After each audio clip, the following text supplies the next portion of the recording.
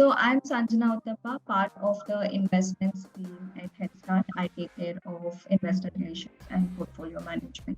I'm your host for the day. And we are doing this series as part of Startup September, which is a month-long celebration of the entire ecosystem, where we host different events and programs spanning across various functions in the ecosystem, trying to add value to all different stakeholders within the ecosystem. The next 20 minutes, we will be diving into the fun of the day. So, the whole objective behind hosting this series is to help founders understand the thesis and core principles behind different funds in the country. Today, there are so many funds, and we often speak so much about how we should evaluate a startup, but very little do we speak about how should founders go about evaluating investors or different funds. So we are trying to help founders out there understand the thesis behind different funds. In the next 30 days, we will have one fund a day. And today we have W Health Ventures, and we have Namit here who has joined us, the principal at W Health Ventures. Namit brings over 5 years of experience in the startups and investment space. Currently, he is focused on healthcare investments at W Health Ventures. Thank you, Amit. Thank you for joining. Thank you for always being a supporter of Headstart and taking out the time and joining us here today. No, no, absolutely. It's been my pleasure. I think just one quick correction, been in the healthcare space for over 14 years now. So just tracking investments for the last 6, 7 years. But before that, digital health and startups did not really exist in India. So I was looking at late stage healthcare. But yeah, thanks for having me, Sanjana, and the rest of Headstart team. And look forward to your questions. Great. On that note, why don't we take the next 2 minutes to dive a little deeper into your journey? I know you started off as a consultant at PwC on the commercial, right? So, how did you get to W Health Ventures and your journey as a venture capitalist? No, absolutely. As I said, I started as a consultant doing healthcare strategy and commercial due diligence type of projects, largely for hospitals, diagnostic chains, late stage private equity clients, etc. Up till 2016, I would say, and pretty much had seen the first wave of physical healthcare infrastructure creation in the country, and then moved to investing. Always wanted to work closely with the startup ecosystem, and very quickly, and then at the same point in time, digital health was kind of starting to emerge. We had seen the first wave of healthcare innovation in terms of companies like Practo, Enfine. All these companies were just starting up in the 14-15 era, and so started that journey. Continued doing healthcare. Was a part of a different fund prior to this. Again, did healthcare and insurance, and then 2.5, 3 years back, just serendipitously met my partner, Dr. Pankaj, who was starting the fund. Basically, it's a US fund, so the team was just getting set up, and I kind of joined as the first employee. And yeah, for us, it's also a startup. We're also a startup VC in that sense because pretty much set everything from scratch. Didn't have a legal entity, didn't have a brand name. Basically, we had nothing, just the intention of investing in healthcare in India and the US. And from there on, we kind of started and have made close to 12 investments so far. So essentially, $100 million fund doing early stage digital health. Understood. And would you like to spend the next couple of minutes helping us understand? I know you're primarily healthcare focused, and there are very, very few funds that are such a niche focused on healthcare. But would you like to highlight anything else on your thesis or Yeah. the core principles? Like, how do you go about investing into startups? No, no, absolutely. Within healthcare, as you rightly said, there are multiple types of business ideas and models, right? So we are very sharply focused on two types of businesses. First is care delivery first, companies which are going after a specific disease area or a therapeutic area and going deeper and deeper and building to capture the entire LTV of the patient. So that's the first type of companies. This is across diabetes, mental health, oncology, cardiometabolic disorders. So you pick a space and go deeper and kind of capture everything. The second part of our thesis is really around technology first companies which are building from India for the rest of the world.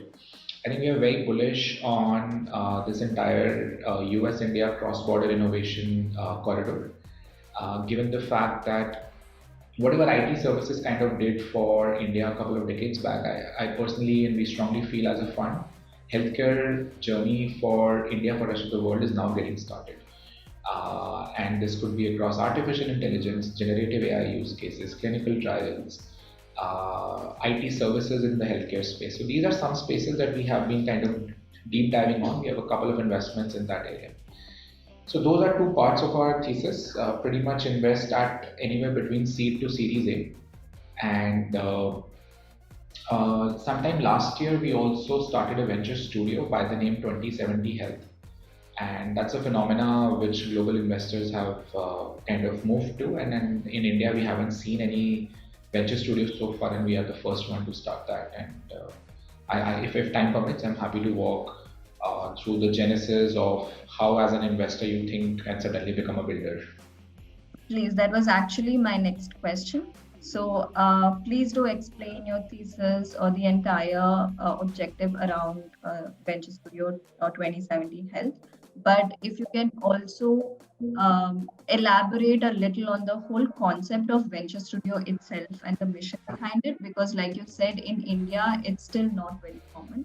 And a lot of stakeholders or folks itself are probably a little alien to it. No, no, So, absolutely. Yeah, so essentially, I'll tell you, as a healthcare first investor, what we were witnessing was that founders were still going after two or three large opportunity areas like e-pharmacy, teleconsultation, diagnostics for the longest time, and it was getting hard to back because we already have established winners who have pretty much governed the market in those spaces, right? And founders were not chasing new innovation or new set of opportunities. That was one. And second, essentially, what happens in the US kind of gets replicated and contextualized in India a couple of years down the line. So we thought we were pretty well suited to, pick those trends and global signals and contextualize and create companies from scratch in India.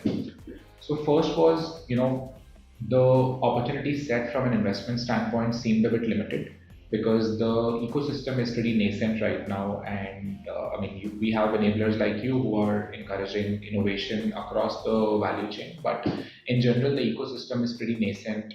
The founder ecosystem is evolving. Healthcare needs in-depth understanding of the space and some amount of patience when you're building.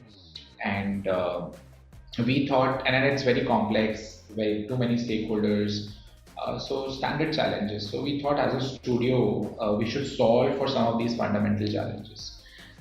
So what we do is get involved very, very early on. So even at the idea stage, our research team kind of incubates or thinks about the idea, the problem statement, the solution, and then we get an entrepreneur in residence on board who then works with us for the next 4 to 6 months, just going deeper into the problem statement and understanding कि हो क्या रहा है market में, why is this a large problem statement, why has this not been addressed so far, and how can 2070 Health incubate this business, and then kind of do 5 6 months of deep research, talk to hundreds of doctors, hundreds of patients, do cheap experiments to see what kind of marketing funnels would work here. So just trying to de-risk the entire venture building process, and that's where the commercial mindset comes into picture. Get in so early and invest only if the idea makes a lot of sense. So we pivot even at the idea stage, right? Why deploy capital, fail, and then pivot? Rather than that, just kill the idea and move on. So the intent is to kill ideas with 90% conviction, invest only in ideas which give us 100% confidence that they become large opportunities. And once we invest capital, we have a 35-40 member team across product, technology, go to market strategy, growth, uh, fundraising, legal. All those teams kind of act as an army for founders and then help them grow cheaper, faster, better for the first 12 to 15 months till PMF is achieved. So essentially trying to build replicability and playbooks that can be used across ventures. And the endeavor is to do 3 to 4 companies a year. So that's the second part of our investing thesis, really. If we find a great company, great founder, happy to invest at Series A.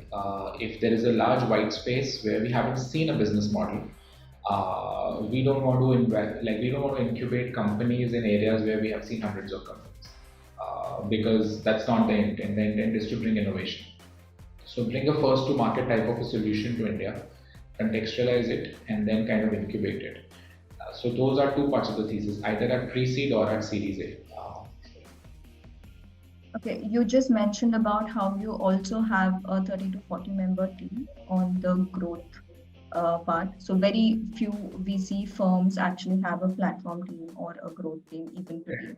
Correct. So why don't you just emphasize on the importance of that? While I would also like you to cover just one aspect of the whole India US connection and expansion that you're helping founders do. So, do you also help the founders expand globally into US or other countries? So, how do you do that? Or some parallel or some insights into that? Sure. So maybe I'll address the second part first, which is the entire US India corridor innovation that we want to do.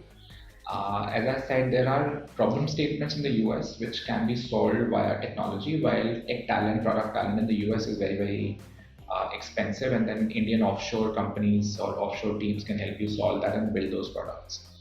One of our investments is called Reveal Health Tech. It's one of the only healthcare IT services company with a chief medical officer. Do IT services company typically have a medical officer? No, but we want to address the problem at its core, because companies in the US struggle with clinical aspects when it comes to tech. So that's one company that we have built out at the studio. And I mean, there's a playbook of selling in the US. I mean, we have a small team in the US, as we are a US India fund. So our teams have a network there, both in terms of hospitals, in terms of early stage startups. So helping them unlock some of that GTM is number one. Number two is just nuances of running a business in the US are very different, just from a go-to-market strategy standpoint. Is it possible for an India-only fund to invest in a US startup and scale it? I mean, yes, for sure, it is possible, but the nuances are something which people don't understand. So you need to have strong operating lens or an operating mindset which understands the complex US healthcare system, which is precisely what we have on board. We have obviously a couple of our teammates in the US, and then a few clinical and network advisors who work with us on the US side of things. So helping them just define the GTM strategy, which places to sell, what to sell, how to sell. I think all those things are very, very nuanced when it comes to US healthcare. And that's what we do. So we are pretty hands-on as a VC and work very, very closely with our founders. So that was your second question. On the first question, yeah, I mean most funds don't have large operating teams, and that's where we call them the studio team. Uh, as I said, right, there is some repeatability to the process of venture building. So why should founders do some mistakes that within our ecosystem our existing or old companies have already done? Right, when you know healthcare digital CACs are going to be insanely expensive, then why burn a lot of capital on digital marketing? So why not think about new GTMs? Why not think about offline expansion early on? So just to give you an example, like the Elevate now, which is one of our obesity management company, we built out their first clinic in company's third or fourth month of operation, because we understand that in that space it's going to be very, very insanely expensive to acquire a customer digitally. So operating teams bring in, that is first. I think the problem statements are so complex that it's good to have an experienced operating team helping the founders early on. Plus, these teams are expensive, and founders would have never managed to hire them if they were putting them on their payroll. So the studio kind of provides that support, and some of them are ex-entrepreneurs themselves as a part of the operating team. So they have a very, very strong operating lens. What sort of GTM will work? What sort of marketing strategies will work? And the beauty of the studio is that we've built out a microservices tech architecture. So all these companies can use same set of modules from day zero, which itself is a challenge in healthcare. If you were to start building a product today, it will take you anywhere between like 9 to 12 months to build a good tech product. Now, at the studio, what we are saying is, since you are a studio company, you have the entire tech architecture, microservices that you can use free of cost from day zero, and which helps obviously. These are CRM, CLM, customer engagement, WhatsApp integration, telecalling integration. All these modules are now very, very quickly ready to be deployed in companies in their month zero of operation, versus a status quo company which would have taken like easily 12 months to build up. So that's the beauty of building an operating team, which can help these companies at least build their tech scalability faster, their unlock GTM faster, and some of these solutions very, very quickly. Great. Thanks, Amit. I think the whole GTM aspect was very beautifully articulated. I would just like to shift gears a little, come to the regulatory aspect. Most sectors do face a lot of regulatory challenges, but and as investment managers, we often assess the risk, people risk, or market risk, etc. So, how do you evaluate the regulatory risks that can come into the healthcare space? Because it can be a little more challenging when compared to a few other sectors. So, very interesting question given the current series of events in the last couple of weeks. One, of course, the new NMC guidelines came in, and two, there was a 15-minute read article in Live Mint about one of the most celebrated healthcare startups last week. So, I think that has brought a lot of attention to the regulatory puzzles around healthcare in general. We do have an in-house legal team that works closely to one understand the guidelines itself and the laws itself. Right, just to give you an example, I was talking to someone, and it came to my notice that for setting up a physical clinic or a healthcare setup, you need, if you were to be completely compliant, you need 112 odd licenses. So you can imagine the puzzle that really revolves around this, right? So our team is kind of fully equipped to understand some of these things, and we go deeper to one, not just understand but also see what is the best possible way to maneuver.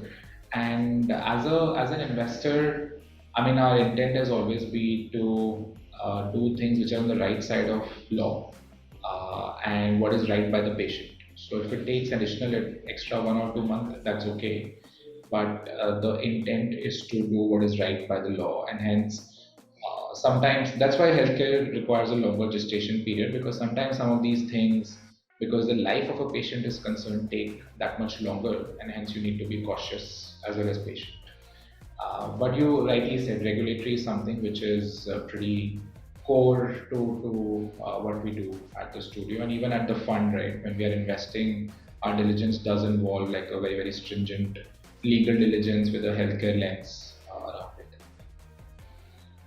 For that, thank you. We probably have the next couple of minutes. I would like you to share some advices or tips to the founders in general while they approach VC funds. Something that they can keep in mind, or the entire strategy around reaching out to VC funds, because a lot of them still write to a bunch of folks, and when they don't get a response, they get a little demotivated. But it could be because of zillion reasons and not just the startup and the founder. So, any advice out there for the founders? No, I think two key pieces of advice. One, keep building businesses that are fundamentally strong economics, which have fundamentally strong economics, because one, that's how you will create shareholder value and also value for yourself as a founder. Uh, so that's one. And second, as Sanjana was saying early on, how to choose the right VC.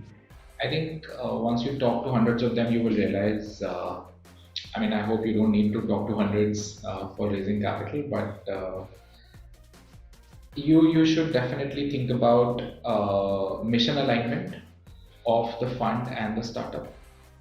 So, I mean, if you are building a clinically strong company, then yes, you will find the right investor. If you are chasing GMV, then you will find another type of investor. If you are chasing some other goal, you will find another type of investors. So I think mission alignment in the long run is very critical because it's a 7 to 10 year company building process and the relationship between a VC and a startup. So just keep those value systems intact early on, and capital will chase you if you're building strong businesses.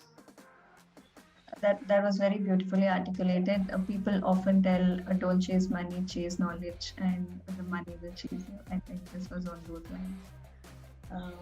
And that's true for GPs also, right? As an Right. investor, I mean, our job is also to raise capital, invest someone else's money, right? When I'm raising LP Correct. capital, I also need to keep those things in mind.